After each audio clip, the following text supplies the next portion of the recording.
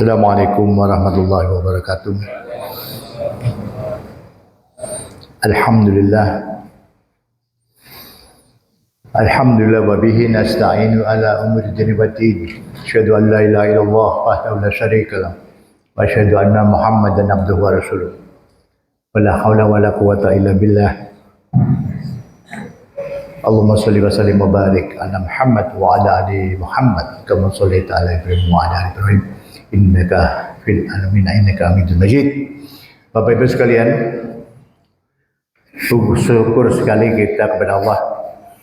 Pagi hari ini kita masih mendapat kesempatan untuk menikmati, untuk melaksanakan ketaatan kepadanya. Karena banyak yang saat ini orang yang tidak bisa bersyukur karena sudah selesai habis masa kontraknya. Kita masih diberi kesempatan, kenikmatan dan lain sebagainya untuk bisa bersyukur. Semoga dengan ketaatan ini akan menambah sebagai saksi kita kelak di hadapan Allah bahwa kita hamba-hamba yang taat, melaksanakan kesempatan waktu yang diberikan kepada Allah, dari Allah kepada kita ini kita manfaatkan sebaik mungkin. Bapak Ibu sekalian,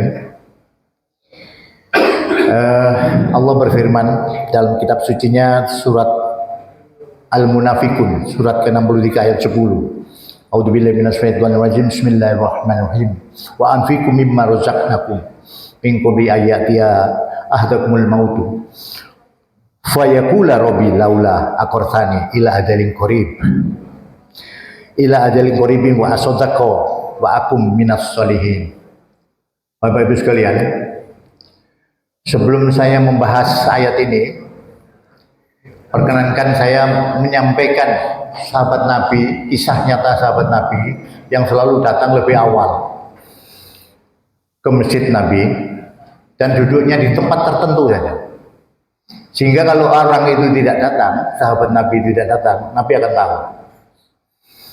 Dia selalu datang lebih awal dan menduduki tempat tertentu di dalam masjidnya Nabi. Suatu ketika Nabi melihat kok tidak ada sahabat Nabi. Maka ditanyakanlah kepada sahabat-sahabat, ada yang tahu rumahnya? Ada sahabat yang ngajung, ya Rasulullah saya tahu rumahnya. Dengarin hari ini kok tidak datang, ayo kita datangi.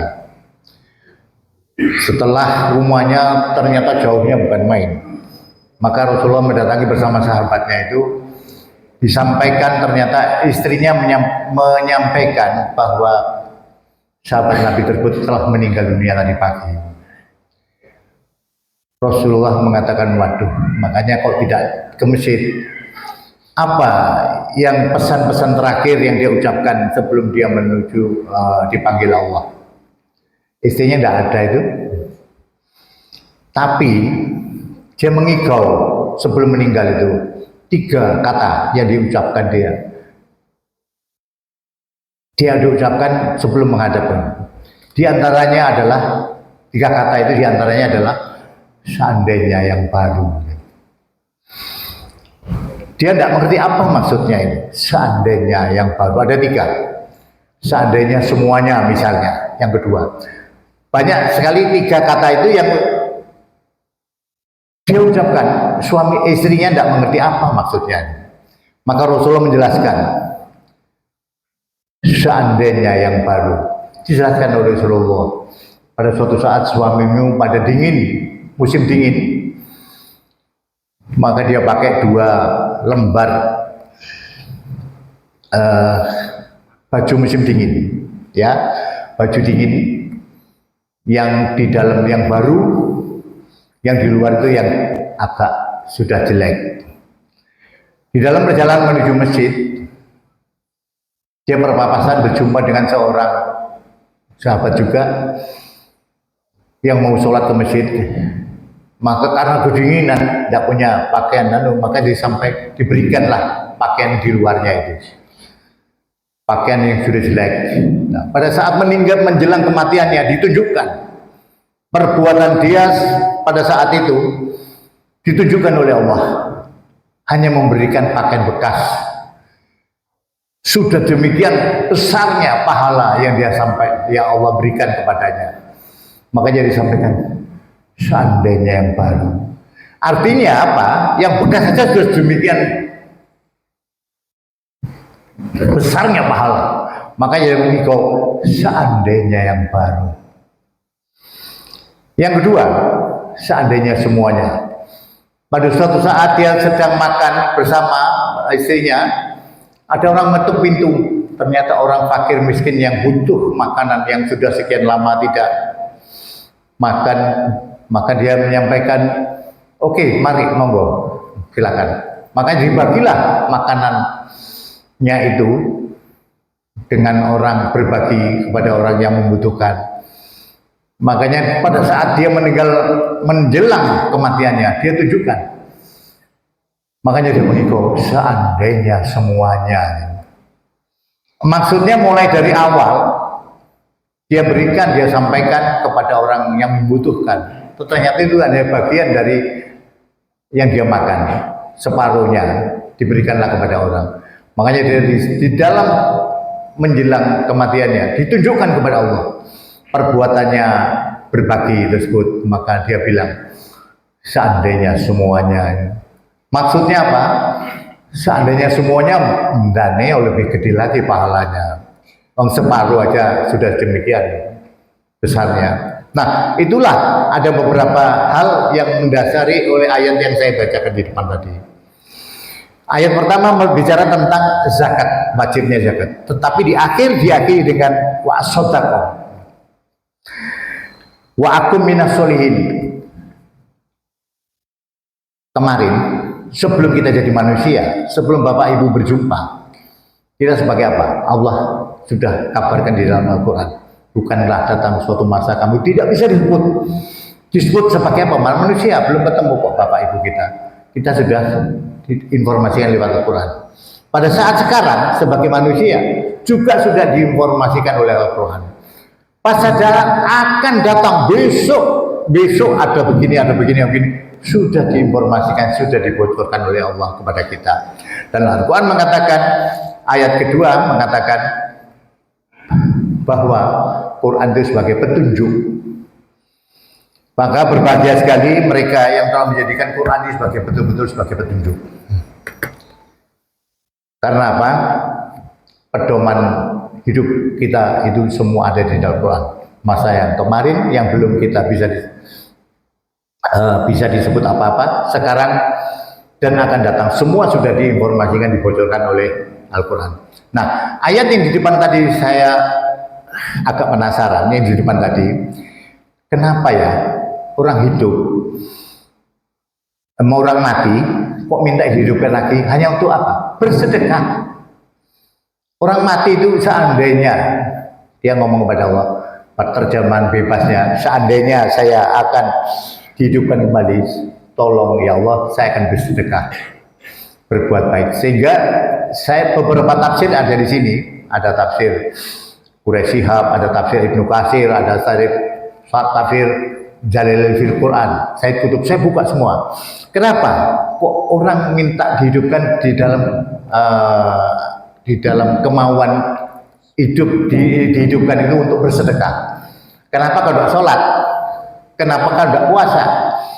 Padahal bersedekah, sholat itu mengatakan bahwa besok yang diperiksa terlebih awal itu adalah sholatnya. Kalau sholatnya baik, maka dianggap semuanya baik. Tetapi kalau sholatnya jelek, maka akan diperiksa semuanya diperiksa semua oleh Allah. Tapi kenapa orang mati minta dihidupkan lagi untuk bersedekah? Akhirnya saya tanya kepada beberapa ustadz, kenapa ya? Yang menyebabkan hati ini menjadi tenang. Kenapa? Di antaranya adalah kalau sedekah itu dalam suatu hadis bisa diartikan membenarkan. Jadi dia untuk hidup lagi di dunia membenarkan semua benar Gusti Allah apa yang disampaikan kau. Suruh sholat, suruh begini, suruh berbuat adil, suruh menjaga amanah dan sebagainya. Al-Quran mengatakan benar. Hanya saya tidak mau ngereken. Nah, mumpung Bapak Ibu sekalian masih hidup, ayolah. Apa yang disampaikan Allah kebenaran disampaikan Allah. Mari kita berbuat. Mumpung masih hidup, mumpung masih diberi kesempatan, marilah kita berbuat sebaik mungkin. Karena besok sudah tidak ada waktu. Dunia yang tempatnya menanam, besok sudah tidak ada amal lagi. Kita hanya mengetam, menuai hasil apa yang kita tanam di dunia ini. Oleh karena itu, dari beberapa literatur, dari beberapa yang saya dapatkan, mengapa orang mati minta hidupnya untuk bersedekah? Karena apa? Karena sholat itu, kalau kita mengerjakan sholat, kita harus berwudu dulu. Jadi ada pekerjaan, ada amalan yang sebelumnya sudah kita laksanakan sebelum sholat dilaksanakan, harus berwudu misalnya. Tetapi harus sedekah.